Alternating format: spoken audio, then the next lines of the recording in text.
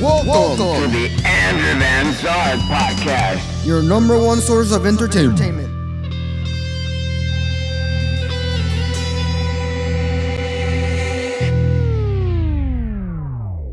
Hello and welcome to the Andrew Van Zard Podcast. Today we are going to review War of the Planet of the Apes.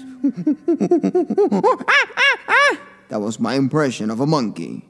And if you enjoy that impression of a monkey, make sure to subscribe to all my social networks and on YouTube. Subscribe and click the bell to get notified. Super important, because there's much more from where that came from. Now, without any further ado, let's get this started. Planet of the Apes, a franchise that started in the 60s and lasted till the 70s.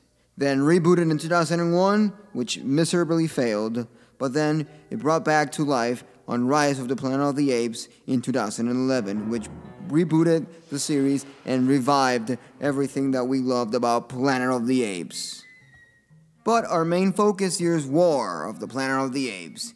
Caesar and his apes are forced into a deadly conflict with an army of humans led by ruthless Colonel Woody Harrelson. After the apes suffer unimaginable losses, Caesar wrestles with his darker instincts and begins his own mystic quest to avenge his kind. As the journey finally brings them face to face, Caesar and the Colonel are pitted against each other in an epic battle that will determine the fate of both of their species and the future of the planet. Initially released in July 13, 2017. Director Matt Reeves, film series Planet of the Apes reboot series, and the budget was $150 million US. Production company was Kemming Entertainments. Now, IMDb gave it an 8.2 out of 10, Rotten Tomatoes gave it a 95%, and IGN.com gave it a 9.5 out of 10. And as you can see, it succeeded, and all the Google users also gave it a 90% that they liked the movie, and I also liked it. I don't know what you had in mind. No mercy. We stand on opposing sides. No peace. Let's go to war! If we lose, it will be a planet of apes.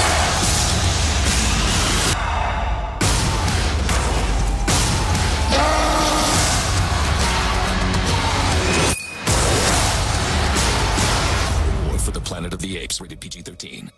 War of the Planet of the Apes. It's a film that starts with the soldiers versus the apes. You see they're pointing at them and they're trying to shoot, and then they shoot one, and then the war starts, and then they all get angry. All the apes start raging, and then they start battling and all that stuff. And it starts really into the action, really fun, and you're like, wow, what's happening? I need to keep on watching to see how this war just goes. And then halfway there, you see how the other apes come in, and everything just settles down.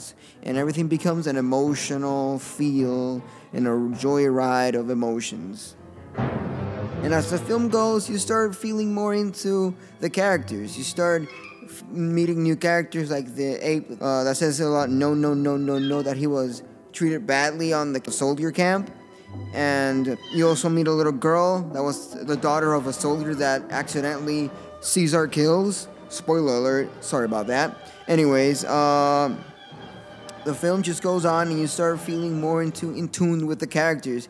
And it's really good, and you start feeling the emotions between them. When they had the sad moments, you actually felt sad. When something emotional happened, you felt the emotion. When you were happy and they were happy, you were also happy.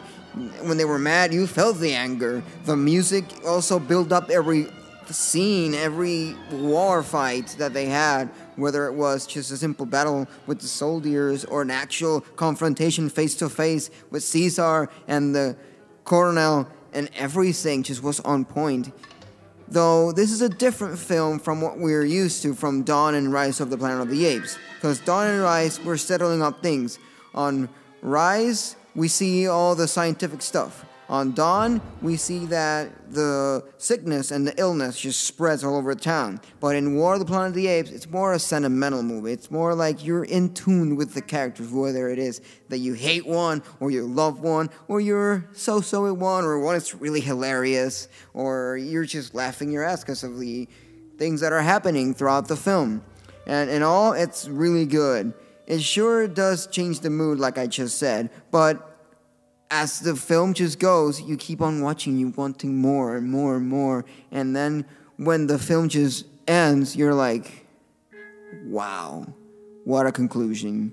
This film is actually on point, really good, and it's a great closure for this reboot series, and it's a trilogy, and I hope they don't screw this up and add more films. I hope they just leave it there, and if they want to do something else with Planet of the Apes, just do something fresh and brand new. Maybe use another character, like maybe Caesar's son or something, and continue the whole theory with that and the whole show and film with it, because wow, it's so good that I hope they don't screw it up. They should just leave it there, and if they want to do something else, like I just said, just start again, start fresh.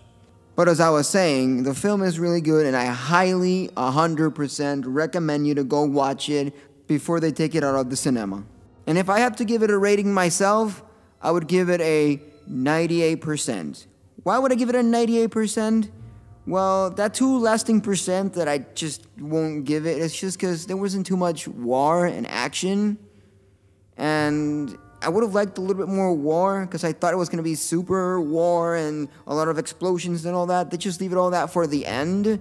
And at the beginning, they show a little bit, but it's not enough for me to be like, wow, this is War of the Planet of the Apes. This felt more like let's face to face, I hate you humans and I hate you apes and all that kind of thing. But at the end, there's a closure, there's a conclusion.